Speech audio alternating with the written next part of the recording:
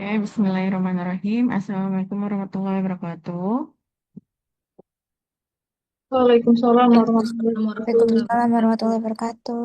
Oke, selamat masih pagi ya. Selamat pagi mahasiswa kelas Akbar 704 dan 705. Eh Sebelumnya saya minta maaf nih jadi molor 14 menit ya.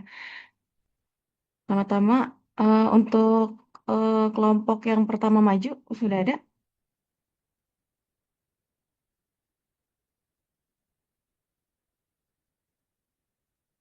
Siapa yang pertama nih?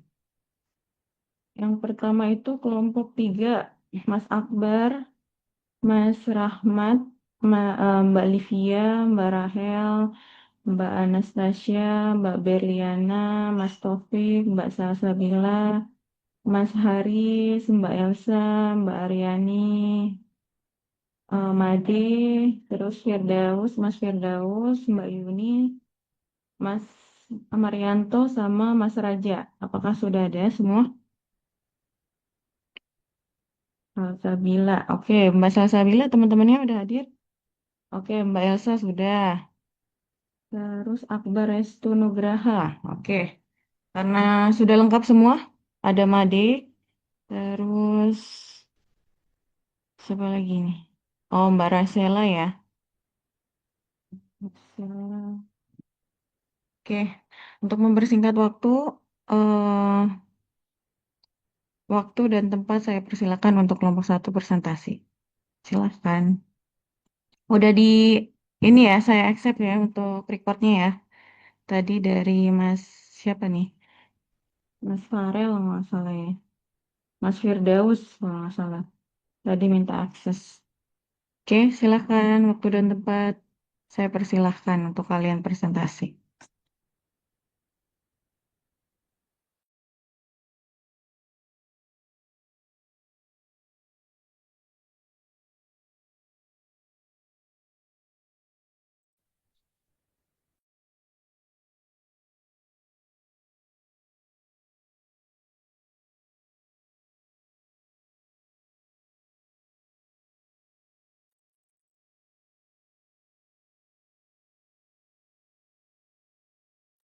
Izin share screen ya, Bu.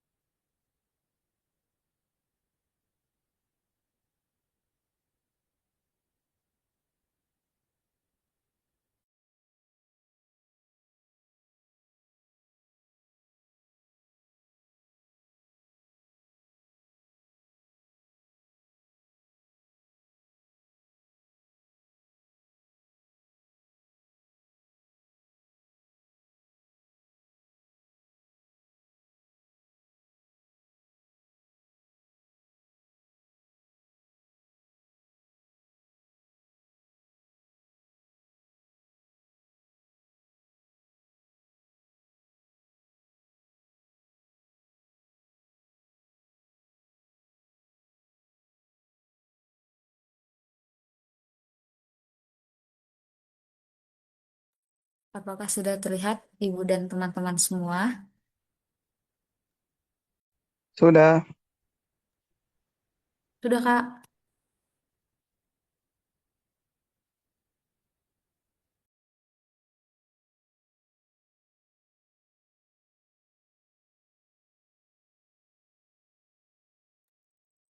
Izin memulai Ibu dan teman-teman semua. Oke, silakan. Perkenalan dulu ya, Mbak, anggota kelompoknya. Oh ya, siap Ibu. Oke, terima kasih.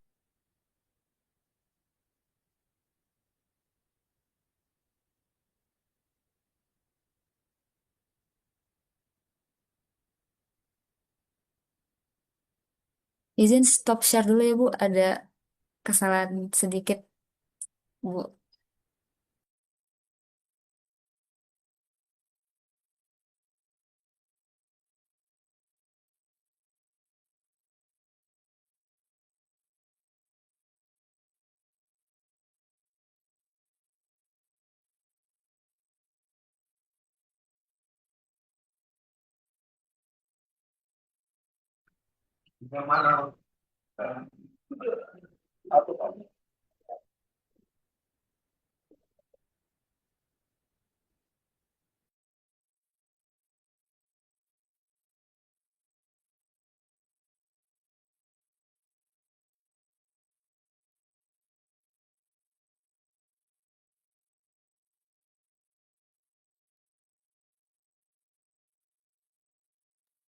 Izin memulai Ibu dan teman-teman semua. Assalamualaikum warahmatullahi wabarakatuh. Waalaikumsalam warahmatullahi wabarakatuh. Wabarakatuh. Selamat pagi menuju siang, Ibu dan teman-teman semua. Izin kami dari kelompok 3 akan mempresentasikan tugas kelompok 3 dengan materi Corporate Social Responsibility atau CSR dan mengevaluasi perusahaan yang telah menerapkan Corporate Social Responsibility.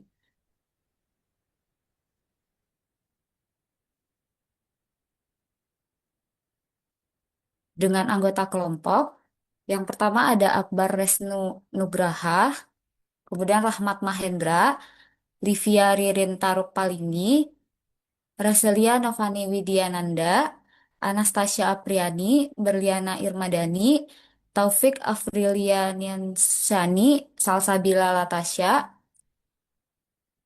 Haris Yulianto, Alsa Novanovita, Aryani Armas, Made Wirasatya, Firdaus Ratna Kumala, Yuni Silawati, Marianto, dan Raja Yosafat Imananto Sigiro. Baik, Ibu dan teman-teman semua, selanjutnya untuk presentasi pertama akan dimulai oleh Raja. Kepada Raja, waktu dan layar kami persilakan. Baik, selamat pagi Ibu sekalian, Ibu, selamat pagi teman-teman sekalian. Sebelum saya mulai, apakah suara saya kedengaran dengan jelas? Terdengar, Kak. Baik, nah di sini kami dari kelompok 3 akan membahas beberapa eh, hal mengenai CSR, CSR, yaitu dimulai dari pendahuluan, latar belakang, dan konsep, dan juga apa saja kegiatan CSR yang strategik. Boleh next?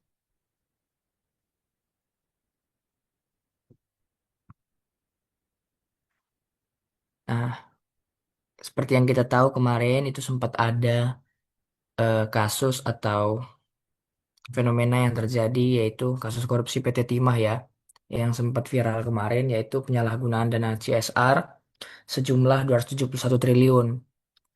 Nah, apa yang terjadi yakni ada dua yaitu pengumpulan dana ilegal dan penyamaran dana. Perusahaan terkait ini dipaksa menyisihkan sebagian keuntungan yang kemudian disebut sebagai uang pengamanan dan juga penyamaran dana ya. Dana yang tadinya ilegal tersebut itu kemudian disamarkan dan disalurkan melalui rekening CSR PT Timah untuk menutupi praktik korupsi. Jadi ini menjadi rahasia umum ya teman-teman ya. Saya nggak menyebut ada beberapa memang dalam tanda kutip instansi yang menyelewengkan atau menyalahgunakan CSR dari beberapa. Jadi ada beberapa bank juga, bank-bank himbara yang mempunyai dana-dana CSR nanti yang dijelaskan oleh teman saya itu mungkin em, off the record bisa tidak jarang digunakan atau dalam tanda kutip sebagai uang pengamanan gitu oleh beberapa instansi lain. Next. Nah, apa itu CSR atau Corporate Social Responsibility? Yaitu tanggung jawab perusahaan terhadap suatu tindakan atau konsep yang dilakukan oleh perusahaan sesuai dengan kemampuan tersebut sebagai bentuk tanggung jawab mereka terhadap sosial atau lingkungan sekitar di mana perusahaan itu berada. Nah, menurut Departemen Sosial RI atau Departemen Sosial Indonesia tahun 2007 mendefinisikan CSR sebagai komitmen dan kemampuan dunia usaha untuk memberi kepedulian, melaksanakan kewajiban sosial, membangun kebersamaan, melakukan program atau kegiatan kesejahteraan sosial atau pembangunan sosial atau kesejahteraan masyarakat sebagai wujud kesetiakawanan sosial dan menjaga keseimbangan ekosistem di sekelilingnya. Berikut juga ada menurut para ahli yang bisa dibaca teman-teman sekalian ya. Jadi harusnya CSR ini memang fungsi utamanya untuk em, memberikan kepedulian ya, mostly atau utamanya itu untuk em, menjaga keseimbangan ekosistem dan juga untuk alam ya. Nah, tapi malah digunakan untuk bukan untuk tujuannya ya. Malah tadi ada kasus korupsi, ada penggunaan dana ilegal, salah salah sasaran lah kurang lebih penggunaan CSR ini sangat-sangat rentan untuk disalahgunakan. Nah, berikut yang bisa saya sampaikan bisa langsung dilanjutkan oleh teman saya. Terima kasih.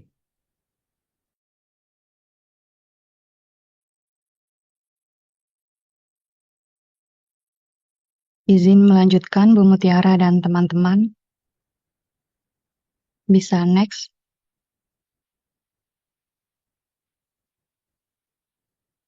Baik, pada slide ini kita akan membahas mengenai konsep Corporate Social Responsibility atau biasa disingkat CSR. Seperti yang kita ketahui, CSR merupakan bentuk tanggung jawab sosial perusahaan terhadap masyarakat dan lingkungan di sekitar perusahaan itu beroperasi. Jadi perusahaan tidak hanya berorientasi pada keuntungan atau profit semata, tetapi juga harus memperhatikan dampak sosial dan lingkungan dari setiap aktivitas bisnisnya. Dalam praktiknya, CSR dikembangkan dengan berpedoman pada konsep triple bottom line, yaitu profit, planet, dan people. Artinya perusahaan harus mampu menyeimbangkan ketiga aspek tersebut. Yang pertama, aspek ekonomi atau profit, untuk memastikan kelangsungan bisnis atau memastikan stabilitas dan profitabilitas yang berkelanjutan. Kedua, aspek lingkungan atau planet, yang menekankan pentingnya menjaga kelestarian alam. Dan yang terakhir, aspek sosial atau people, yang berorientasi pada kesejahteraan karyawan dan masyarakat. Next.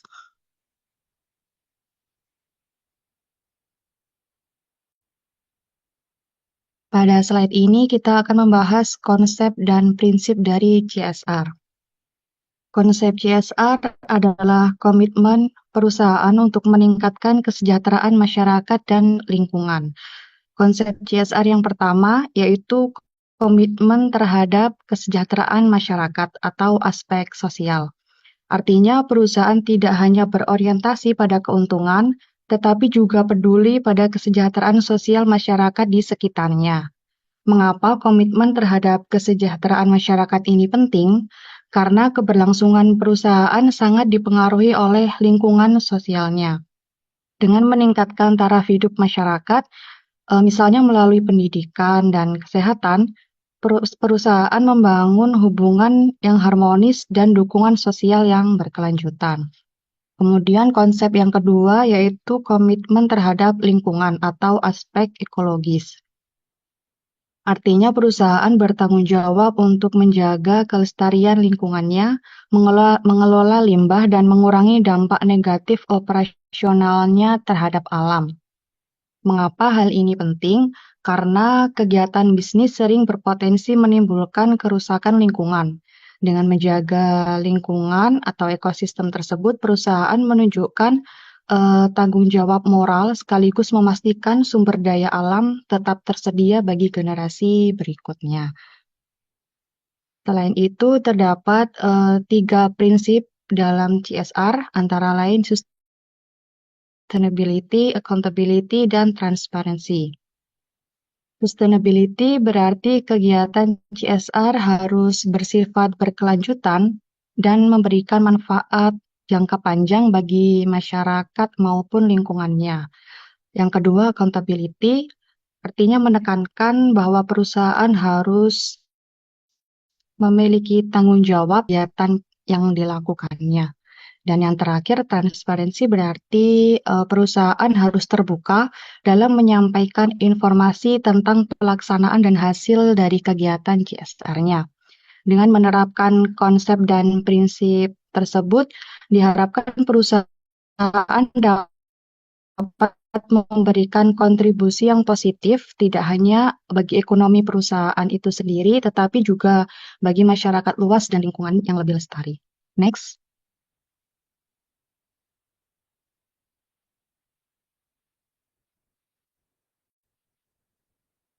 Pada slide ini kita akan membahas mengenai implementasi dari CSR. Pada tahap ini perusahaan harus memastikan bahwa tanggung jawab sosial yang mereka lakukan benar-benar terencana, terukur, dan memiliki dampak yang nyata.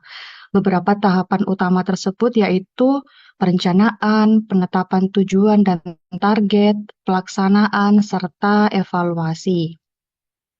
Perencanaan di mana perusahaan harus menyusun rencana kegiatan yang relevan dengan kebutuhan masyarakat dan lingkungan di sekitarnya. Penetapan tujuan dan target agar program CSR memiliki arah yang jelas dan indikator keberhasilan yang terukur. Pelaksanaan program artinya tahap realisasi kegiatan di lapangan dengan melibatkan masyarakat atau lembaga terkait. Dan evaluasi yaitu menilai efektivitas program dan sebagai dasar perbaikan di masa depan. Kemudian pendekatan yang paling efektif dalam implementasi CSR biasanya menggunakan metode community development dan social investment. Melalui community development, perusahaan memberdayakan masyarakat secara partisipatif, membantu mereka mengembangkan kemampuan dan kemandiriannya. Sedangkan social investment berarti perusahaan menanamkan investasi sosial, baik dalam bentuk dana, pelatihan, maupun infrastruktur untuk menciptakan manfaat jangka panjang bagi komunitas tersebut. Selanjutnya akan dilanjutkan oleh teman saya. Baik, selamat pagi Ibu dan teman-teman. Izin saya menjelaskan terkait bagaimana pelaksanaan CSR ini di Indonesia. Nah, pelaksanaan CSR di Indonesia itu bukan hanya dilakukan oleh perusahaan swasta, tapi juga melibatkan berbagai jenis entitas bisnis. Secara umum, pelaku CSR di Indonesia itu ada BUMN dan BUMD. Mereka melaksanakan tanggung jawab melalui program kemitraan dan bina lingkungan. Jadi program ini berfokus pada pengembangan usaha kecil serta kegiatan sosial di sekitar wilayah kerja perusahaan. Kalau melihat contoh terkait dengan BUMN, kita bisa lihat PT Pertamina. Jadi melalui program Pertamina Sehati dan juga ada program Pertamina Sobat Bumi. Jadi perusahaan ini tuh fokusnya pada pemberdayaan masyarakat, pelestarian lingkungan, dan energi berkelanjutan. Misalnya kayak pemberian pelatihan usaha kecil bagi masyarakat di sekitar kilang minyak. Juga ada program konservasi mangrove di wilayah pesisir. Nah, kalau BUMD apa? Kalau BUMD kita bisa lihat di Bank DKI. Jadi Bank DKI itu udah melaksanakan program Jakuan Mobile untuk UMKM dan juga bantuan sosial pendidikan di wilayah DKI Jakarta. Nah, selanjutnya ada juga PMA. PMA dengan kepanjangannya penanaman modal asing dan juga PMDN, penanaman modal dalam negeri. Yang pada umumnya menjalankan CSR dengan fokus pada sama seperti yang tadi, pemberdayaan masyarakat lokal, peningkatan keterampilan, serta pengembangan ekonomi daerah. Contohnya kalau penanaman modal asing ada PT Freeport ya. PT Freeport itu sudah melaksanakan CSR di bidang pendidikan, kesehatan, terus ada pemberdayaan ekonomi masyarakat di Papua. Jadi mereka sudah membangun sekolah atau rumah sakit, serta keterampilan lah untuk masyarakat lokal di sana. Terus ada kalau misalnya penanaman modal dalam negeri itu ada contoh PT Astra. Jadi PT Astra itu kalau kita lihat, kita searching tuh itu ada Indonesia Hijau atau ada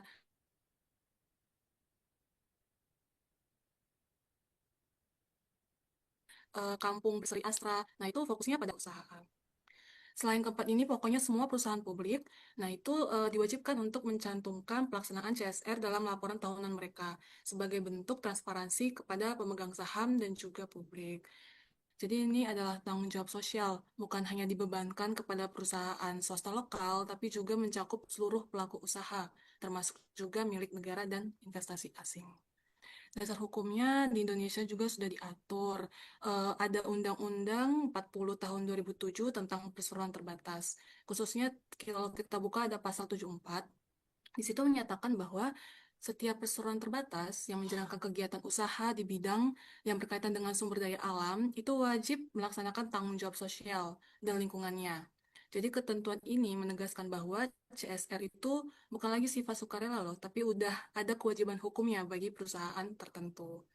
Dan ada juga peraturan-peraturan lainnya. Satu lagi contoh itu ada peraturan PP nomor 47 nomor tahun 2012 itu tentang tanggung jawab sosial dan lingkungan perseroan terbatas. Itu sebagai aturan pelaksanaan dari undang-undang tersebut. Jadi sama menjelaskan bahwa CSR itu harus dianggarkan sebagai bagian dari biaya perusahaan itu. Dan juga pelaporannya wajib dilakukan secara periodik. Jadi apabila perusahaan tidak menjalankan kewajiban CSR, maka dapat dikenakan sanksi administratif karena sudah melanggar ketentuan hukum dan undang-undang perseroan terbatas. Seperti yang sudah saya sebutkan, kalau fokus program CSR di Indonesia itu ada 4. Ada pemberdayaan masyarakat, itu tujuannya ya meningkatkan kapasitas dan kemandirian masyarakat sekitar perusahaan itu. Terus ada pelestarian lingkungan, itu menjaga keberlanjutan sumber daya alam. Jadi melalui kegiatan penghijauan ataupun pengelolaan limbah dan juga bisa konservasi energi. Nah, itu untuk pelestarian lingkungan sekitar. Ketiga ada pendidikan, itu memberikan beasiswa, pelatihan, atau dukungan fasilitas pendidikan di wilayah operasional. Terakhir ada kesehatan, jadi melalui kegiatan seperti pelayanan kesehatan gratis atau sanitasi lingkungan dan program gizi masyarakat. Next. Nah, tantangan pelaksanaan CSR itu sebenarnya program-program seperti ini bermanfaat, tapi tidak memberikan dampak jangka panjang. Banyak yang belum sepenuhnya terintegrasi dengan strategi bisnis perusahaannya. Jadi, eh, kedepannya CSR di Indonesia itu diharapkan bergerak ke arah yang lebih strategis dan berkelanjutan gitu. Kegiatan CSR yang baik itu harus laras dengan tujuan bisnis perusahaan dan juga mendukung pencapaian SDGs, Sustainable Development Goals. Beberapa contoh kegiatan CSR itu meliputi program pemberdayaan UMKM lokal untuk mendukung ekonomi daerah. Terus kedua ada pengelolaan limbah dan sumber daya secara berkelanjutan. Lalu ada peningkatan literasi keuangan dan digital masyarakat. Dan terakhir itu keterlibatan aktif karyawan perusahaan dalam kegiatan sosial dan lingkungan. Jadi melalui pendekatan ini, CSR tidak hanya menjadi tanggung jawab sosial semata, tapi juga menjadi strategi bisnis yang bisa menciptakan nilai bersama antara perusahaan dan juga masyarakat. Baik, selanjutnya akan dijelaskan oleh rekan saya. Baik, izin melanjutkan. Bisa minta tolong di next. Ya, selanjutnya adalah pelaporan CSR atau Sustainability Report atau laporan keberlanjutan itu sendiri.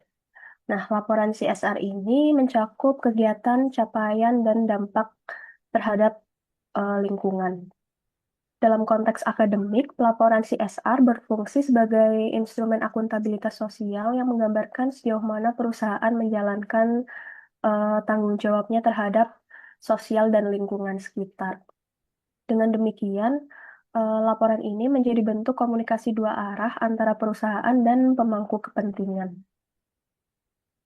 Nah, laporan CSR ini mengacu pada Global Reporting Initiative atau GRI sebagai standar pelaporannya. GRI ini merupakan kerangka pelaporan global yang diakui secara luas dan berfungsi sebagai acuan utama dalam penyusunan laporan keberlanjutan. Melalui standar ini, laporan CSR dapat disusun secara sistematis dan dapat dibandingkan lintas industri maupun lintas negara. Sehingga laporan ini bisa meningkatkan kredibilitas dan objektivitas data yang disampaikan oleh perusahaan. Nah, untuk fungsinya sendiri, pelaporan CSR ini untuk mewujudkan komitmen perusahaan terhadap transparansi dan tanggung jawab sosial. Isi laporannya meliputi kegiatan CSR, hasil yang dicapai, dampak terhadap masyarakat, dan rencana tindak lanjut. Nah, kemudian tujuan dari pelaporan CSR ini adalah untuk menciptakan corporate transparency sebagai bentuk tanggung jawab moral dan sosial terhadap masyarakat. Transparansi ini memperkuat legitimasi sosial perusahaan dan mendorong praktik tata kelola yang baik atau good corporate governance. Lalu laporan keberlanjutan ini memperkuat reputasi perusahaan.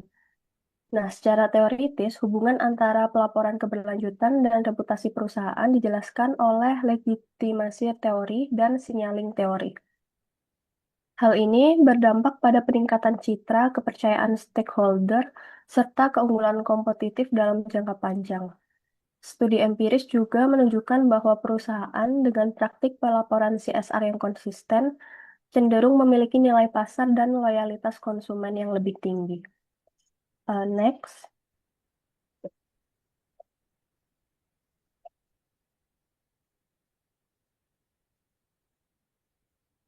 Selanjutnya adalah kesimpulan dan rekomendasi. Yang pertama, CSR adalah strategi bisnis berkelanjutan, bukan sekedar kewajiban hukum.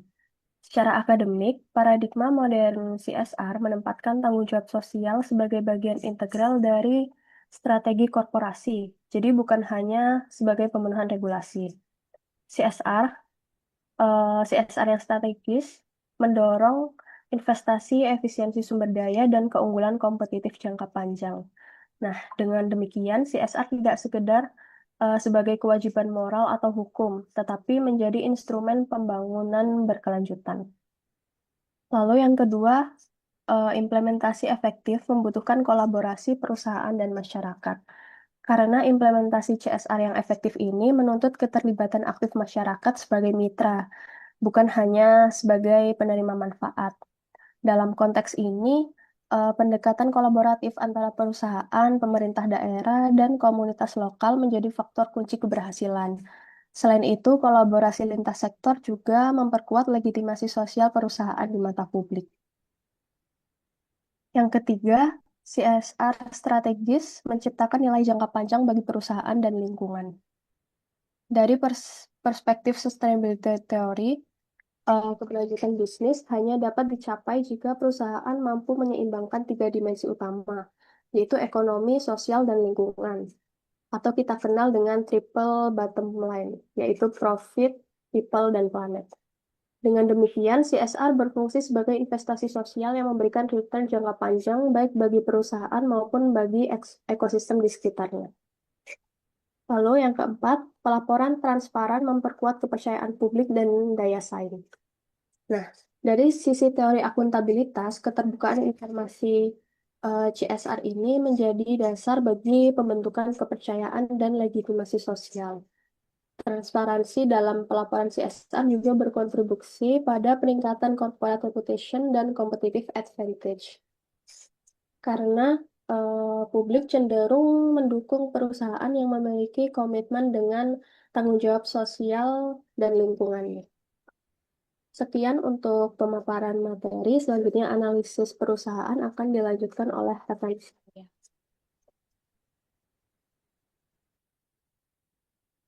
Jen, Bu Mutia, dan rekan-rekan. Nah, untuk sebagai contoh perusahaan yang melakukan program CSR, di sini kami mengambil contoh PT PLN Persero dengan program mereka yang bernama atau disebut dengan PLN Peduli. Next.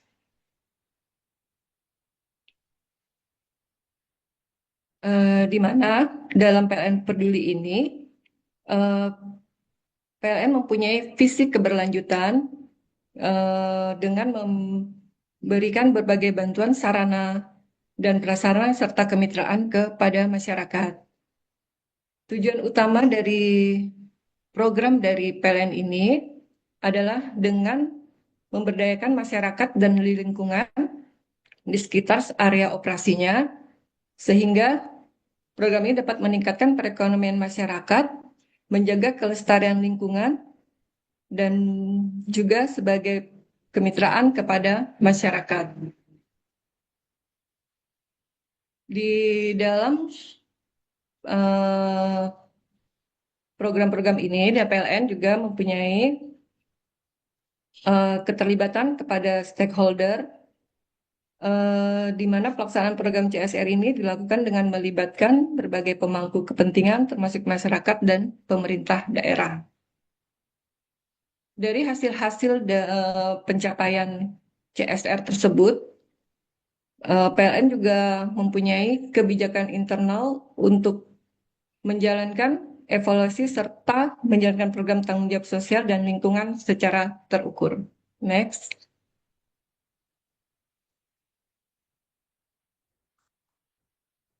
Dalam hal tersebut, PLN berkomitmen untuk tidak hanya menyalurkan listrik, tetapi juga bertanggung jawab atas dampak operasi terhadap penyaluran listrik tersebut. Dalam misinya, PLN menjadikan listrik sebagai media untuk meningkatkan kualitas hidup masyarakat dan mendorong kegiatan ekonomi dengan menjalankan usaha yang berwawasan lingkungan dengan moto listrik untuk kehidupan yang lebih baik. Next. Dengan demikian, melalui PLN Peduli, PLN yang sebagai perusahaan untuk melakukan program tanggung jawab CSR, tujuan utamanya adalah untuk meningkatkan kualitas hidup masyarakat dan juga dari PLN itu sendiri, kemudian mendorong kegiatan ekonomi dan juga berwawasan lingkungan. Terima kasih. Selanjutnya diteruskan dengan rekan kami. Baik, izin Ibu dan rekan-rekan semuanya melanjutkan materi. Untuk selanjutnya yaitu akan memaparkan terkait dengan program PLN Peduli. Di sini program PLN Peduli adalah wujud komitmen dari PLN untuk pembangunan penerapan dari good corporate dan governance yang berfokus pada 3 prioritas utama yaitu pada pendidikan, peningkatan ekonomi, dan lingkungan. Ketiga prioritas tersebut itu dirangkum dalam 4 pilar strategis, ada PLN hijau, PLN budaya, PLN pintar, dan PLN sehat dan sosial. Untuk pilar yang pertama yaitu PLN hijau. Pada PLN hijau ini berfokus pada lingkungan dengan tujuan untuk mengoptimalkan kontribusi PLN untuk melindungi bumi dan mendukung transisi energi bersih.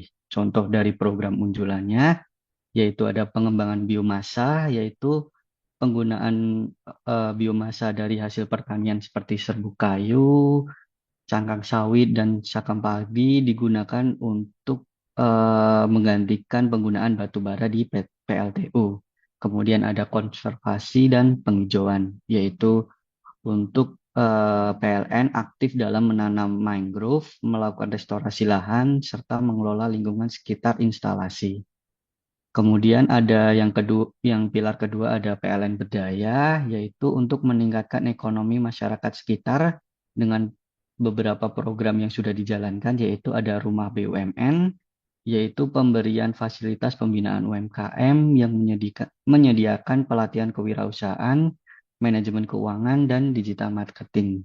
Kemudian ada Electrifying Agriculture and Marine, yaitu PLN membantu petani dan nelayan dalam menggunakan listrik untuk kegiatan produktif seperti pompa air listrik, untuk irigasi, pengeringan hasil tani, dan pengolahan ikan dengan peralatan listrik.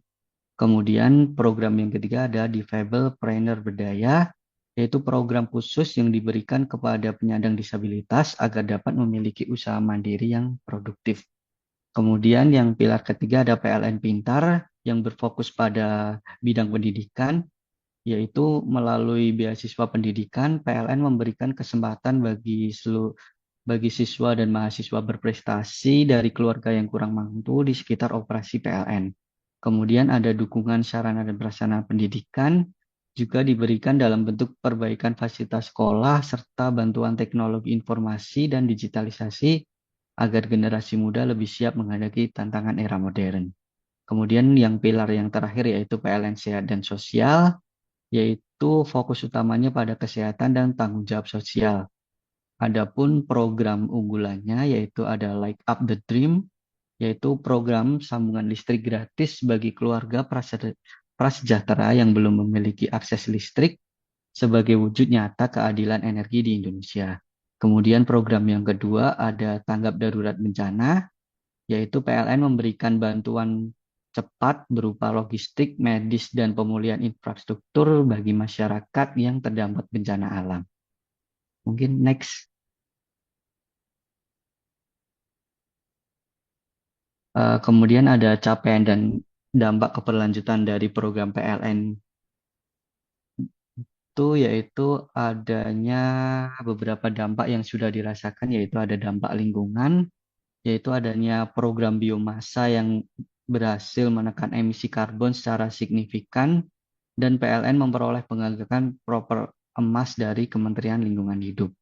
Kemudian ada dampak ekonomi, yaitu pemberdayaan masyarakat dengan menciptakan lapangan kerja baru, serta meningkatkan omset UMKM dari binaan. Kemudian ada dampak sosial, yaitu pengelolaan risiko lingkungan, sosial dan tata kelola, juga menunjukkan hasil positif dari kegiatan PLN yang telah dilakukan. Untuk selanjutnya mungkin akan dilanjutkan oleh rekan saya.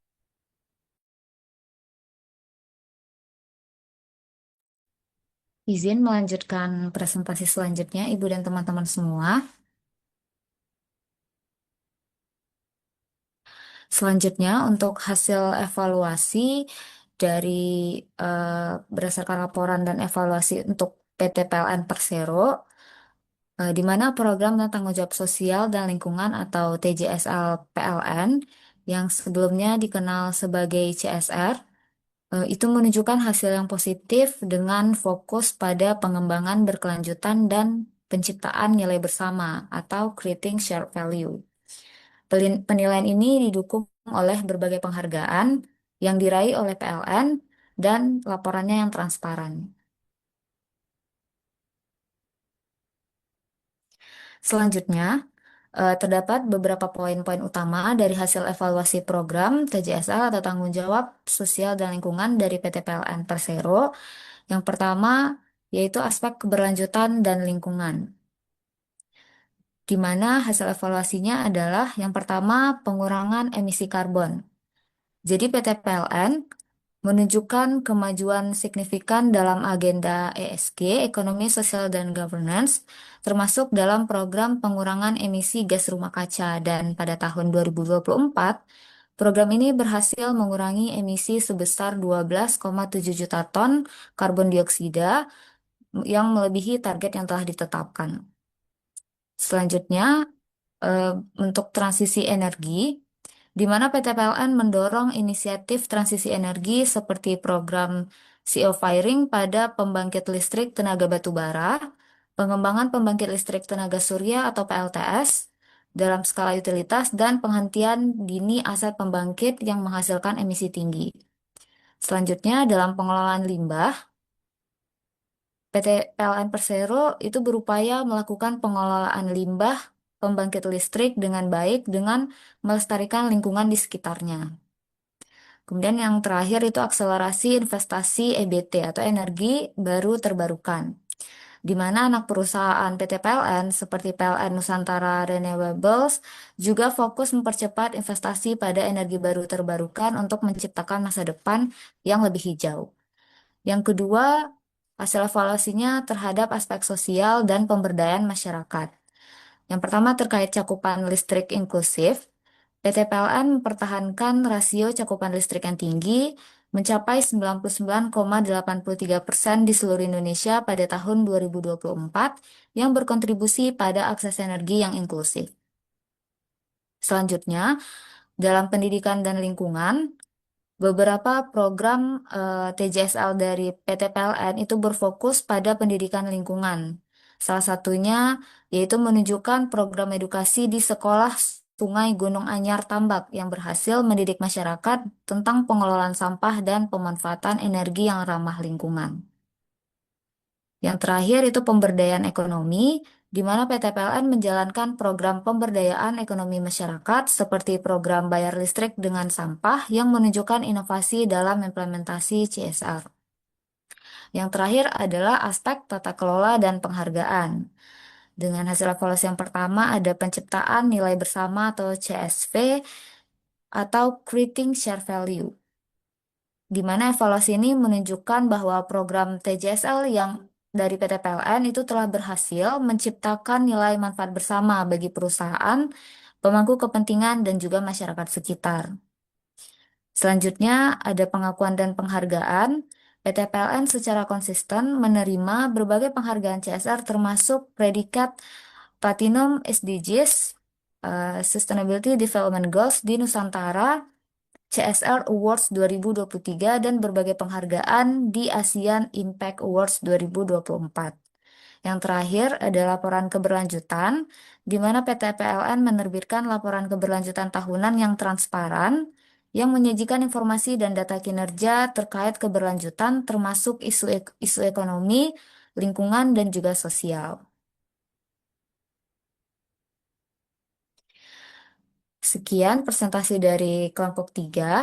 Izin Ibu, apakah akan dilanjutkan dengan presentasi kelompok selanjutnya atau dilanjutkan dengan sesi diskusi dan tanya jawab? Oke. Terima kasih Mbak Elsa sebagai MC di kelompok ketiga. Saya sangat senang ya karena memang bagus nih untuk kelompok ketiga ya dari segi PPT-nya, penjelasannya gitu ya. Selanjutnya saya buka untuk sesi tanya jawab ya teman-teman dari kelompok 2 dan dari teman-teman yang lain silahkan. Silakan Mas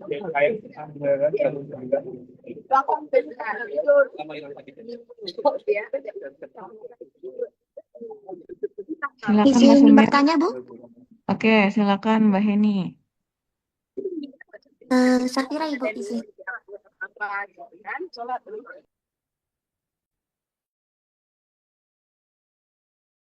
Mbak ini dari kelompok 2 atau?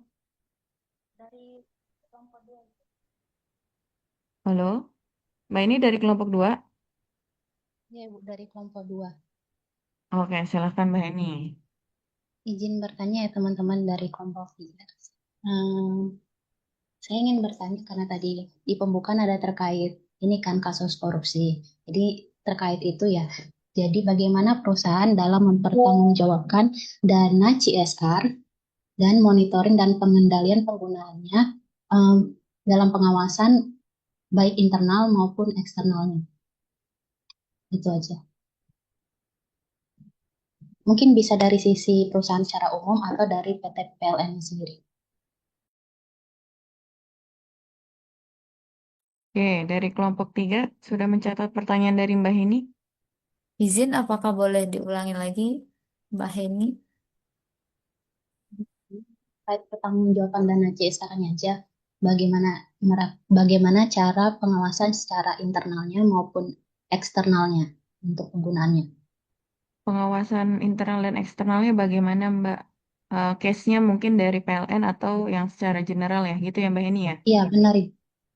Oke.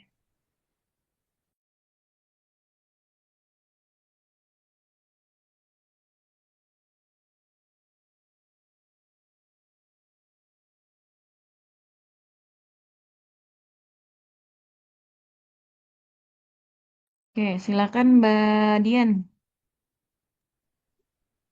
Baik, terima kasih Bu Muti. Izin teman-teman dari kelompok 3. Em, yang mau saya tanyakan adalah kalau misalnya nih kondisi eh, keuangan perusahaan ini lagi sulit gitu ya. Apakah perusahaan itu tetap perlu gitu dia mengalokasikan dana untuk CSR ini? Ya, itu pertanyaannya teman-teman. Ibu, terima kasih banyak. Oke, terima kasih Mbak Dian. Oke, tadi pertanyaan dari Mbak Dian, ketika perusahaan itu sedang mengalami kesulitan gitu ya, kesulitan keuangan, apakah perlu melakukan CSR? Itu ya, kelompok 3. Silakan Mas Rizka Aditya. Ya Bu, izin bertanya kepada kelompok 3, dalam situasi di mana perusahaan itu harus memilih apakah dia mengurangi dampak lingkungannya, yang mana tentunya membutuhkan investasi atau modal yang besar, atau mendanai program sosial yang lebih terlihat di masyarakat.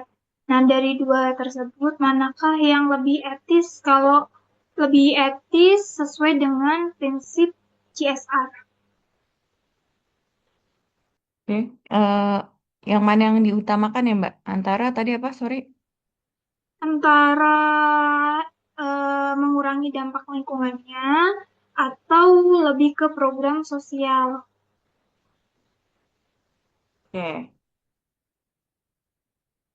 Ya, tadi pertanyaan dari Mbak Rizka itu kita harus mengutamakan antara yang mana nih, pengurangan dampak atau kita melakukan program sosial kepada masyarakat sekitar gitu ya, Mbak? Iya, Bu. Oke, Makasih. Silak.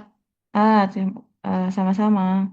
Selanjutnya Mas Tony Dharma.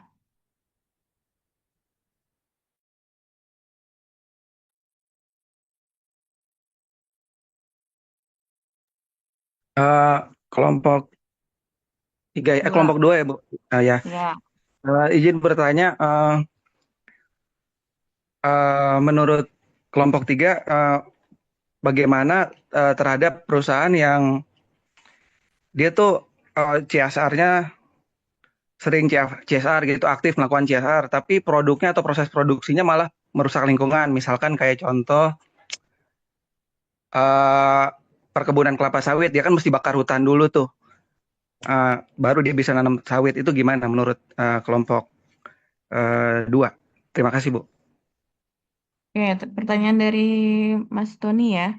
Jadi eh, berkaitan dengan greenwashing ya. Jadi dia itu sebenarnya ke publik itu bilang bahwa perusahaan itu udah sustain secara melakukan green corporate gitu ya. Ternyata memang tidak bisa sepenuhnya itu gimana ya. Untuk kelompok tiga silakan dijawab ya. Selanjutnya Mbak Syafira. Siap Ibu, izin bertanya teman-teman. Sebelumnya mohon maaf ini saya belum bisa on cam karena terkendala kamera laptop saya ya Ibu. Oke, siap. Nggak apa-apa. Baik, izin bertanya teman-teman kelompok 3. Tadi kan mempresentasikan tentang konsep triple bottom line, profit, people, dan planet. Nah itu kan kedengarannya ideal banget ya.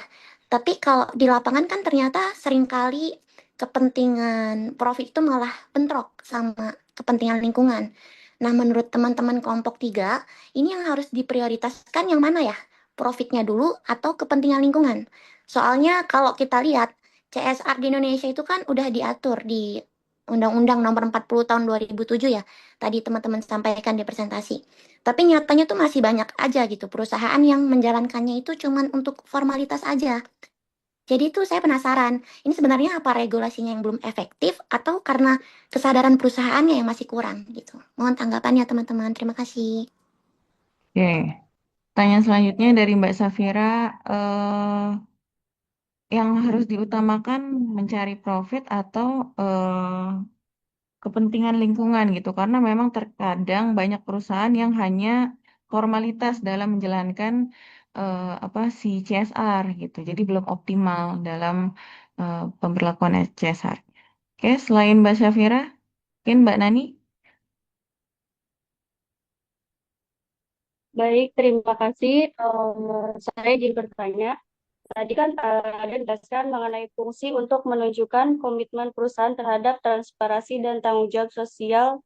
Standar pelaporan yang umumnya digunakan adalah Global Report in atau GRI. Pertanyaannya, apa isi laporan CSR dan mengapa harus mengacu pada Global Reporting Initiative atau GRI? Oke, makasih Mbak Nani. Ya, Bu. Oke, pertanyaan Mbak Nani itu tadi isi dari GRI dan kenapa harus mengacu pada GRI. Oke, selain dari 1, 2, 3, 4, 5, 6, ada lagi yang mau bertanya? Ini semua dari kelompok 2 atau dari kelompok lain? Dua semua? Oke, dua semua ya, Mbak Dian. Oke, Saya nggak Bu, ada lagi ya? Oke, dari kelompok 2 semua. Oke, silakan dijawab dulu dari kelompok 3. izin Bu, kayaknya bukan dari kelompok 2 semua kayaknya Bu tadi Bu. Oh, dari siapa nih? Yang pada Saya diam. bukan Siapa? Mbak Nani, kelompok berapa Mbak Nani? kelompok berapa ya? Satu apa? Iya, Oh, lupa lagi kelompok Bu. satu. Bentar. Oke, silakan dari kelompok 3 menjawab. Baik, saya coba jawab ya Bu ya. Oke, Teman-teman sekalian, saya coba ulang pertanyaannya. bagaimana Mas Raja mau pengawasan. jawab yang mana nih? Ya ini pertanyaan dari Mbak Heni ya, Bu, kalau nggak Mbak salah tadi Heni, ya. oke. Bagaimana pengawasan internal dan eksternal terhadap penggunaan dana CSR. Jadi kalau misalnya dari internal itu biasanya kan ada di perusahaan-perusahaan besar atau perusahaan-perusahaan BUMN atau perusahaan-perusahaan yang mempunyai dana CSR itu kan biasanya mereka mempunyai dewan komisaris ya. Selain daripada dewan komisaris, mereka juga punya ada namanya audit komite audit atau divisi audit internalnya lah ya. Nah, biasanya kan untuk terkait penggunaan atau proses bisnisnya dari perusahaan tersebut nggak hanya CSR aja, semua probisnya dari awal sampai akhir itu pasti diawasin dan dimintain laporan oleh Dewan Komisaris. Begitu juga dari komite audit maupun divisi internal auditnya itu pasti mereka melakukan audit tergantung kebijakan perusahaan masing-masing ya. Biasanya ada yang triwulanan, ada yang semesteran, ada yang tahunan. Nah, pasti para auditor itu juga melakukan audit ya dari semua proses bisnis di salah satu perusahaan itu, khususnya dalam hal ini penggunaan CSR.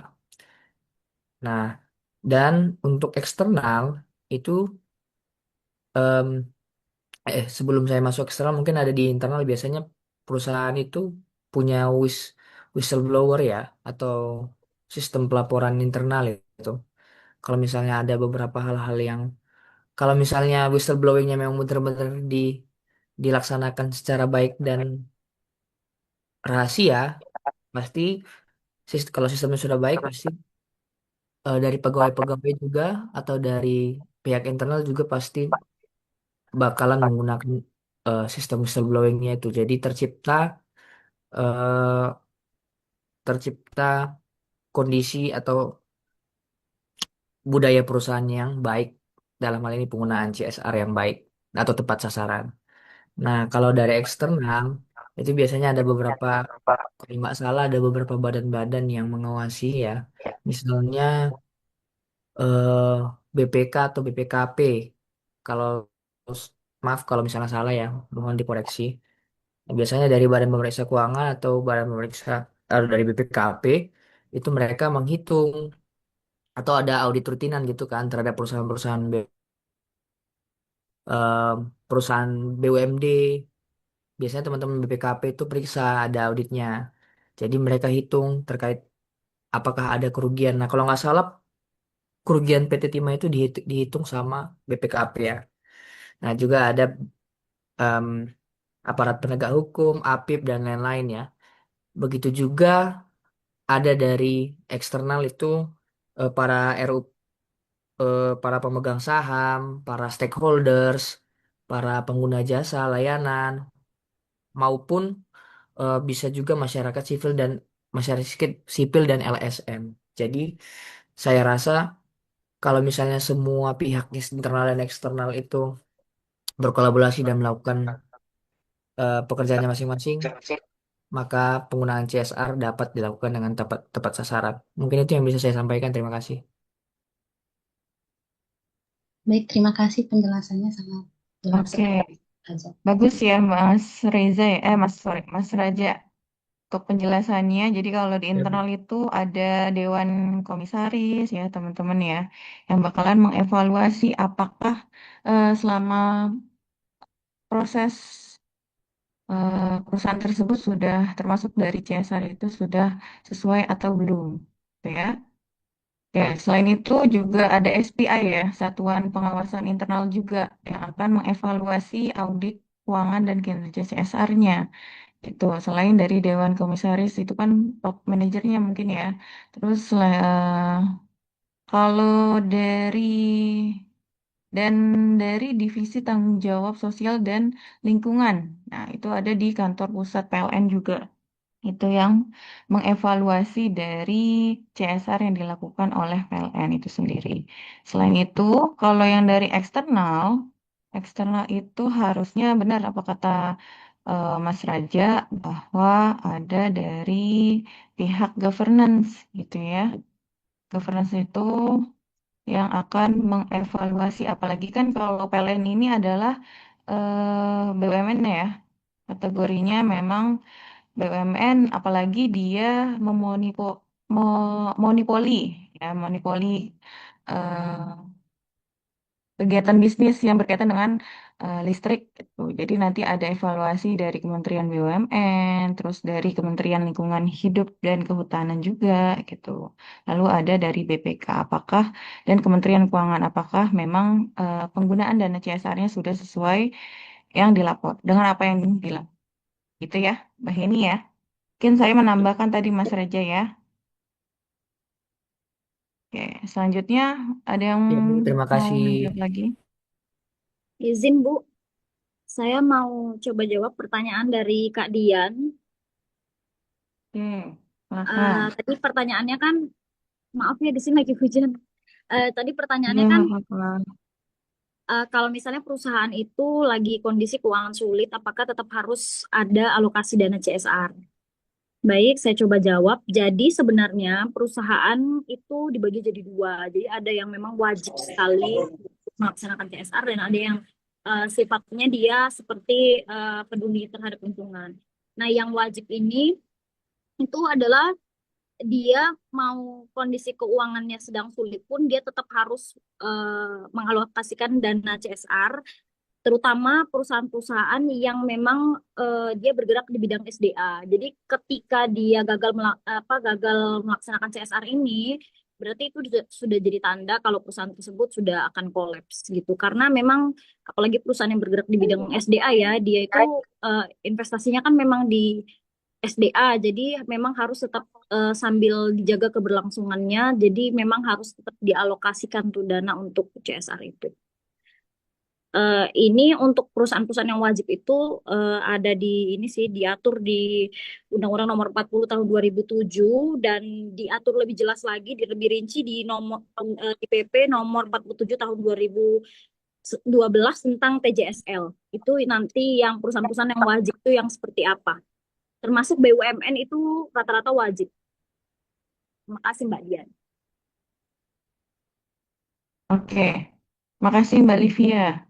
Benar ya Mbak Livia ya. Jadi ada memang ada beberapa sektor yang memang wajib untuk melakukan CSR gitu ya. Contohnya kayak tadi itu ya, listrik ya, terus pertambangan ya, pertambangan, terus energi, listrik, termasuk PLN gitu ya. Terus juga dari perusahaan manufaktur. Manufaktur itu kan efeknya besar banget ya. Manufaktur itu menyumbang limbah juga. Jadi memang harus melakukan CSR walaupun memang kategorinya mungkin menuju lagi lagi kesulitan keuangan perusahaan gitu ya. Tapi itu yang namanya tanggung jawab ya. Kita sudah membuang limbah, masa kita tidak melakukan CSR ataupun eh, apa namanya penanggulangan itu. Tuh. Jadi ada beberapa instansi yang memang diwajibkan untuk melakukan CSR. Gitu Mbak Dian ya. Baik, terima kasih banyak Kak Livia dan Bu Muti. Oke, selanjutnya dari siapa? Kelompok 3 yang akan menjawab. Izin Teman-teman Bu. yang menjawab juga saya catat ya. Jadi kayak Mas Raja tadi kan udah presentasi, tapi tetap saya catat sebagai yang menjawab. Izin Bu menjawab pertanyaan dari Mbak Safira Bu. Oke, Mbak Safira ya. Oke. Pertama-tama terima kasih buat Mbak Safira ya. Terkait pertanyaannya terkait 3P yaitu Profit People Planet. Jika ada bentrok antara lingkungan dan juga profit itu harus bagaimana gitu kan. Nah, pertama-tama konflik antara profit dan lingkungan itu memang sering muncul ya dalam praktik bisnis itu. Karena orientasi perusahaan pada dasarnya itu kan adalah mencari keuntungan ya. Tetapi konsep triple bottom line ini justru menegaskan bahwa perusahaan yang hanya fokus pada profit jangka pendek itu tidak akan berkelanjutan gitu. Keberhasilan jangka panjang itu baru akan tercapai ketika aspek profit, people, dan juga planet itu berjalan dengan seimbang.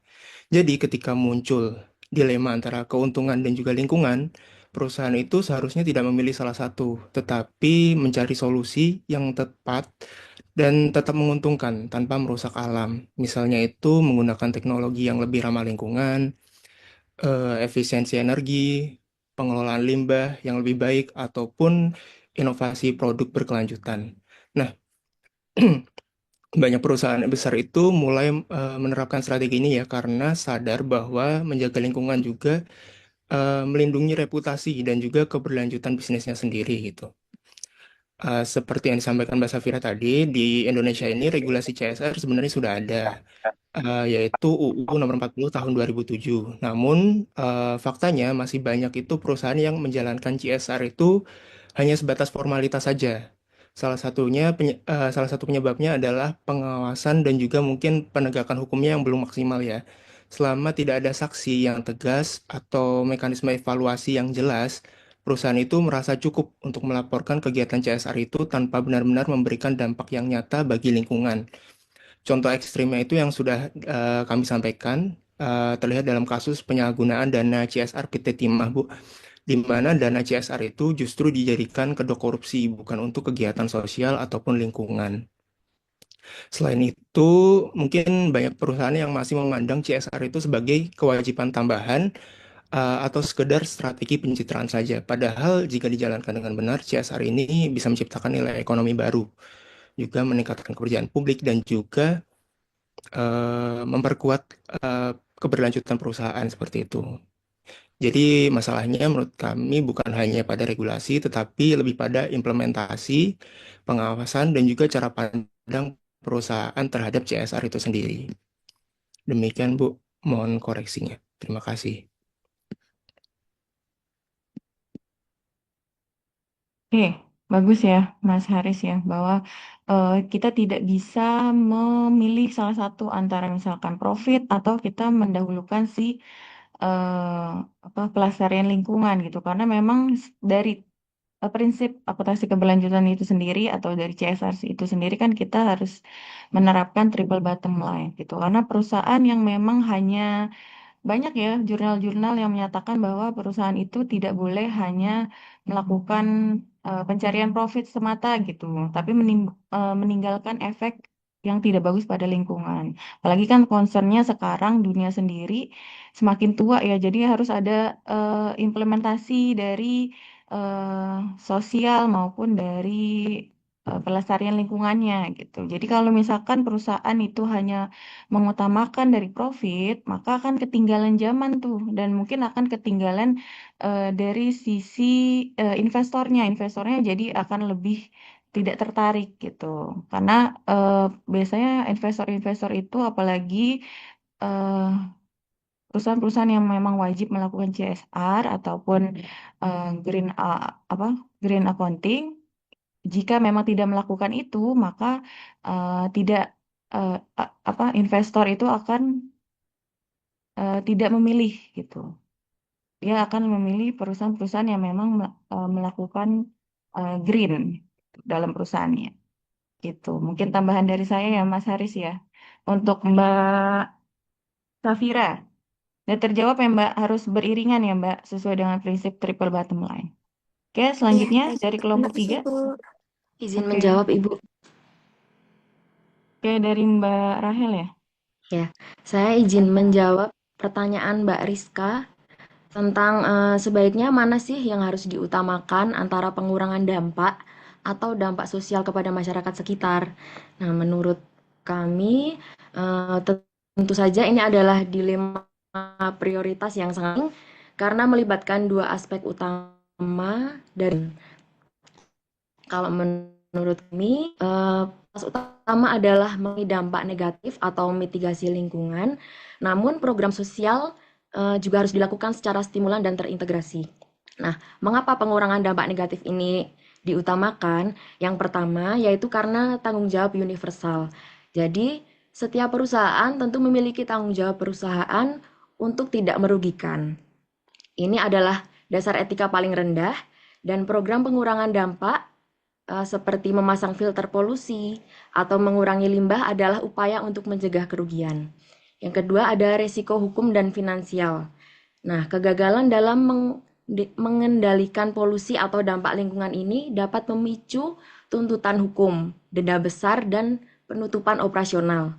Ini adalah strategi definitif yang paling mendasar untuk melindungi kelangsungan perusahaan. Dan yang ketiga ada fondasi program sosial.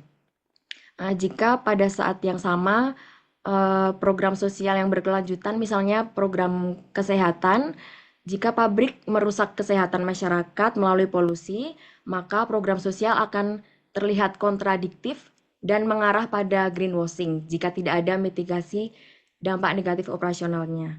Dan yang kedua, mengapa program sosial ini harus responsif dan stimulan? Nah, meskipun pencegahan kerugian ini sangat besar, perusahaan tidak boleh mengabaikan program sosial juga. Program sosial ini menjadi prioritas kritis ketika ia menjawab kebutuhan nyata masyarakat yang berada di sekitar area operasional tersebut, Ibu. Jadi untuk solusinya antara keduanya, yang pertama ada pencegahan atau mitigasi dengan mengurangi polusi, emisi, kebisingan, dan resiko bencana yang ditimbulkan oleh perusahaan dengan tujuan untuk melindungi planet dan people dari bahaya yang ditimbulkan dari perusahaan itu sendiri. Dan yang kedua, ada kompensasi atau perbaikan dengan cara memperbaiki dampak masa lalu, misalnya seperti merehabilitasi area bekas tambang, tujuannya untuk mengembalikan kondisi ke lingkungan dan masyarakat. Dan yang ketiga ada pemberdayaan atau kontribusi, ini dengan cara program sukarela di luar mitigasi seperti misalnya beasiswa, pelatihan wirausaha. Ini tujuannya untuk membangun kemitraan strategis dan masyarakat. Jadi intinya adalah prioritas pertama yang harus kita lakukan adalah mengurangi dan menghilangkan dampak negatif terlebih dahulu, karena ini adalah definisi dari tanggung jawab perusahaan. Namun perusahaan harus secara stimulan menjalankan program sosial yang berfokus pada real need masyarakat, dan sehingga kedua aspek ini harus dilihat sebagai dua sisi yang sama, karena kegagalan dari salah satu ini akan merusak seluruh upaya CSR dan reputasi perusahaan. Demikian. Mohon maaf apabila ada kesalahan, mohon koreksinya Ibu. Oke, terima kasih Mbak Raselia ya. Betul ya, kalau saya boleh tarik kesimpulan bahwa semua itu tergantung dari sektornya. Kalau sektornya yang berhubungan langsung dengan lingkungan, yang memberi dampak polusi terbanyak, limbah terbanyak, berarti memang harus mengutamakan dari segi lingkungannya ya. Tapi kalau misalkan seperti perbankan gitu ya, mungkin dia tidak ada efek terhadap polusi atau limbahnya gitu ya. Berarti dia harus lebih mengutamakan dari apa bagian sosialnya. Dia memberikan dana-dana sosial misalkan kepada warga sekitar gitu ya, ataupun dana pendidikan kepada yatim piatu gitu ya, atau memberikan dana-dana lain lah untuk dalam bidang sosialnya. Gitu ya, Mbak Rehilia ya. Dan tadi siapa yang nanya? Mbak Rizka. Kak Rizka, oke. Itu ya Kak Rizka ya. Kasih Mbak Rahel ya. Oke, selanjutnya. Sama Ibu. Izin Ibu. Oke, dari Mbak Yuni silakan. Iya, saya mau coba menjawab pertanyaan dari Mas Tony. Cuma ini mungkin bukan secara bahasan kami ya Bu ya, karena tadi kan Mas Tony juga mengambil contoh misalnya kebun sawit yang membakar lahan untuk menanam kembali kan gitu. Sedangkan kami di presentasi kami ini contohnya kan PLN yang sudah menerapkan CSR. Jadi kalau menurut kami ya memang seharusnya idealnya seluruh perusahaan itu menerapkan CSR untuk memperkecil dampak kerusakan lingkungan. Tetapi memang kenyataannya masih banyak perusahaan-perusahaan yang tidak memperhatikan dari dampak lingkungan terhadap proses operasional mereka. Nah, sebenarnya kalau menurut kami itu diperlukan tanggung jawab seluruh masyarakat, juga aparat, karena memang apalagi kami Bu ya, kalau saya ini kebetulan di Kalimantan, itu memang terkena dampak dari pembakaran lahan. Jadi kalau itu udah musim kemarau, terus mereka bakar lahan, ya itu akhirnya dampaknya itu menjadi kabut asap.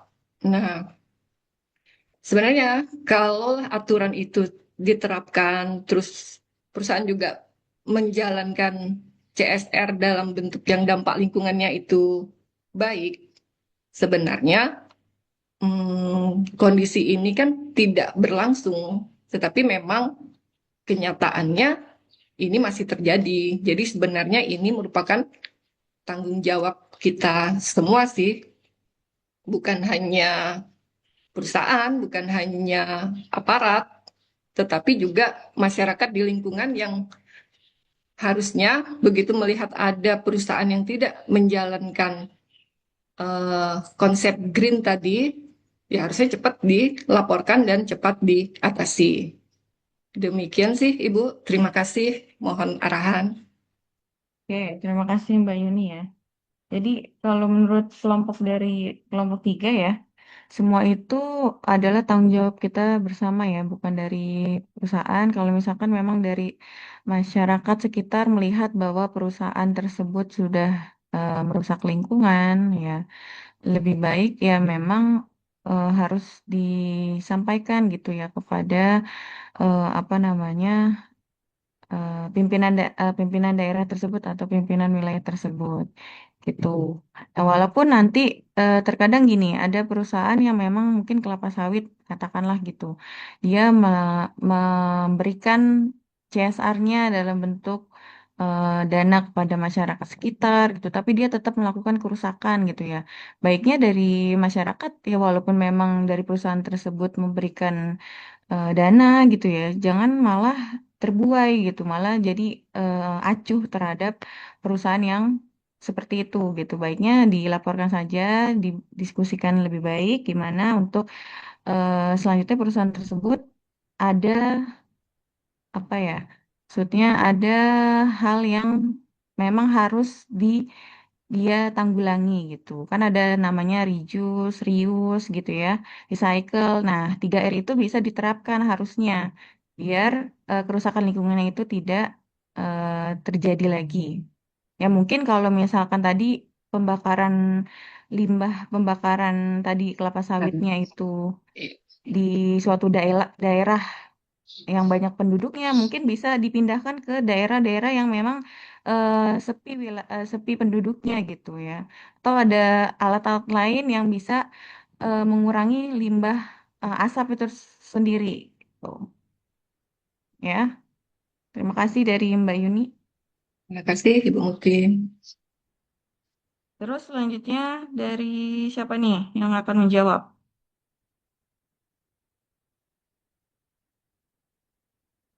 Pertanyaan dari Mbak Nani ya.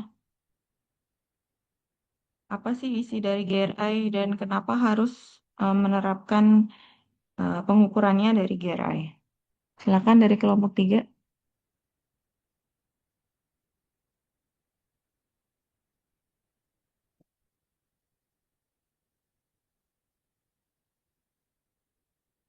Oke, ada yang jawab?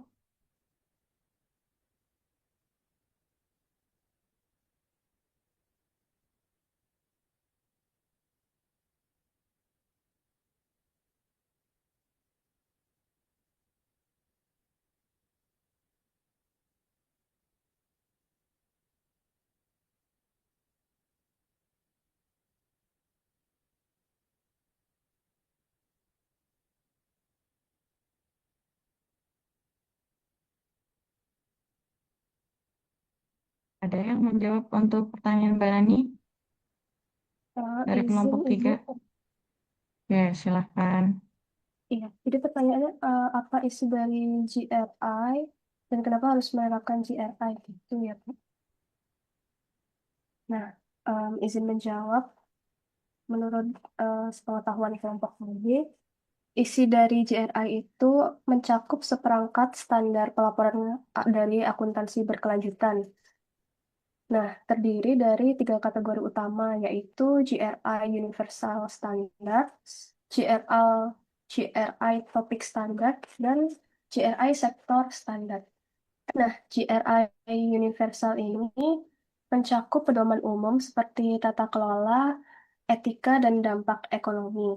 Kemudian untuk GRI Topik, itu mencakup isu spesifik seperti lingkungan, tenaga kerja, dan hak asasi manusia. Sedangkan untuk GRI sektor standar itu mencakup panduan untuk sektor industri tertentu. Nah, penerapan GRI ini penting karena bisa memberikan kerangka yang terstandar secara internasional, baik bagi perusahaan untuk melaporkan kinerja sosial, lingkungan, dan ekonominya secara transparan dan terukur. Nah, dengan menerapkan GRI ini, perusahaan dapat meningkatkan akuntabilitas, transparansi, kepercayaan pemangku kepentingan, dan reputasi, sekaligus membantu perusahaan itu sendiri untuk mengidentifikasi risiko serta peluang dalam menjalankan bisnis yang berkelanjutan.